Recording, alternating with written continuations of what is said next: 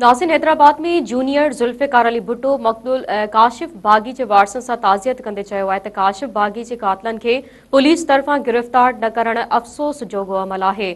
ईंदड़ इलेक्शन में लाड़काणे वारी तक तां चूंड विढ़बी। रवाए सां अपडेट वधीक मालूम कयो था मेहरान टीवी जे रिपोर्टर खां अब्दुल रसूल चांडियो खां। जी अब्दुल रसूल, छा वधीक अपडेट आहे? जी हाँ, बिल्कुल 1.5 महीनो अॻु हैदराबाद में बेदर्जी सां क़त्ल कर पीपी शहीद भुट्टो जे अॻवान काशिफ बागी जी राइशगाह ते जूनियर जुल्फ़िकार भुट्टो हैदराबाद पहुची संदसि जे वॾे भाउ आसिफ बागी सां तज़ियत कंदे ऐं काशिफ बागी जे क़त्ल वारे वाक़िए ते ॾुख जो इज़हार कंदे चयो आहे त हैदराबाद पुलिस ते अफ़सोस थी करे सघे थो जो 1.5 महीनो गुज़रण बावजूदि अञा ताईं काशिफ बागी जा क़ातिल गिरफ़्तार न करे सघी आहे।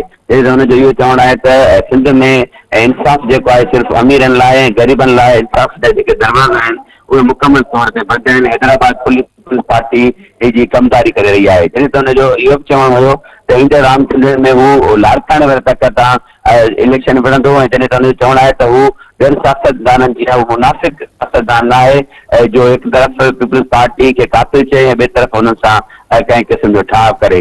जंहिं ते हुनजो इहो बि चवणु हुयो त शहीद काशिफ बागी जे जेका वारस आहिनि उन सां सलाह मशवरे बैदि काशिफ बागी जे क़ातिलनि जी गिरफ़्तारी लाइ हिकु लाहा अमल जोड़ियो वेंदो ऐं हिकु तहरीक हलाई वेंदी।